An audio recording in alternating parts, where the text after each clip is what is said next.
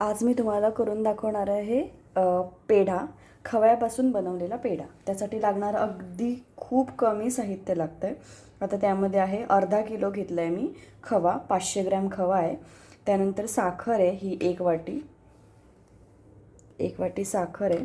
त्यानंतर आहे वेलची पूड आणि केसर ऑप्शनल आहे. जर पाहिजे असेल तर, नाही तर फक्त ह्या 3 गोष्टी लागणार आहेत: साखर, खवा, वेलची पूड. बस. आता मी पहिल्यांदा आधी खवा या कढईमध्ये छान असं वितळून घेते. पहिल्यांदा बारीकच फ्लेम ठेवायची आहे आणि छान हा जो घट्टपणा आहे तो हळूहळू होऊन त्यातलं जे तूप आहे ते निघून म्हणजे ते असं वितळल्यासारखं दिसेल तो खवा, तर ते मी करून घेते. आणि त्यानंतर मग साखर ठेवायची आहे. जास्त भाजायचं नाही आहे. आता बघू किती वेळ लागतो. आता हा साधारण असा वितळलेला आहे. तर असं कंटिन्यू ढवळत राहायचं, कुठेही इकडे तिकडे जायचं नाही आहे. गॅस बारीक फ्लेमवरती ठेवायचा आणि कंटिन्यू ढवळायचं आहे. आता ह्यामध्ये मी साखर घालून घेते आणि मग ते थोडंसं अजून पातळ होईल. साखर घातल्यावरती साखरेचा पाक होईल आणि हे एकजीव करून घ्यायचं आहे. साखर घातल्यावर हे असं पातळ होईल. तर हे असंच कंटिन्यू ढवळत राहायचं आहे, गॅस बारीक ठेवून. म्हणजे कुठेही थांबवायचं नाही, ढवळत बसायचं. आणि साखर मी टेस्ट करून बघितली, मला थोडीशी कमी वाटली. तर ही वाटी मी मगाशी 1 घेतली होती, तर ही तुम्ही 1.5 वाटी घ्या, म्हणजे साखर बरोबर होईल.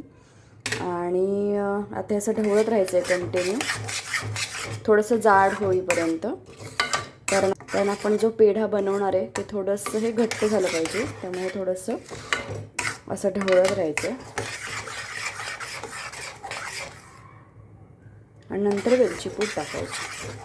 मी केसर टाकून घेतलं आहे, कारण त्याचा केसरचा जरासा त्यामध्ये स्वाद उतरावा यासाठी.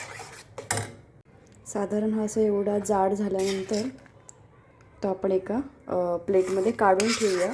आणि खूप एकदम गार होऊन नंतर म्हणजे तो असा आकार घेऊ शकतो. आपण दाबून छोटे छोटे गोळे होऊ शकतात. अशा प्रोसेसला झाल्यानंतर आपण ते पेढे बनवायचे. पण आता हे मी एका प्लेटमध्ये काढून घेते.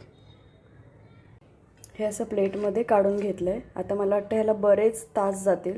हे तुम्ही पाहिजे तर रात्रभर पण ठेवू शकता. आता रात्री करून सकाळी पेढा वळायला घ्यायचा. तर आता हे बघू अजून किती वेळ लागतो याला. आता हे रात्रभर सारण तसं राहिलं, एक 12 ते 14 तास होऊन गेलेत. आता हे मस्त घट्ट झालं, म्हणजे तुम्हाला पाहिजे तो शेप देता येईल. त्यानंतर याचा मी गोल पेढा करून, आता मी एक काचेचं ग्लास घेतलं होतं साधारण डिझाईन येण्यासाठी, पण त्याने काही येत नाही. तर मी हा एक आपला जो बॅटर वगैरे आपण ठेवत होतो तर हा स्पून घेतला, ज्याला स्टार जरासा शेप येतो. तर मी तुम्हाला करून दाखवते पेढा कसा बनतो आहे ना. असा शेप झाला आहे, किंवा तुम्ही प्लेन पण ठेवू शकता, पण एक डिझाईन म्हणून मी ते केलं आहे. ते साधारण अर्ध्या किलोमध्ये 30 पेढे तयार झाले आणि हे मस्त एकसारखे छान दिसतात. नक्की करून बघा, चवीला पण खूप मस्त लागतात.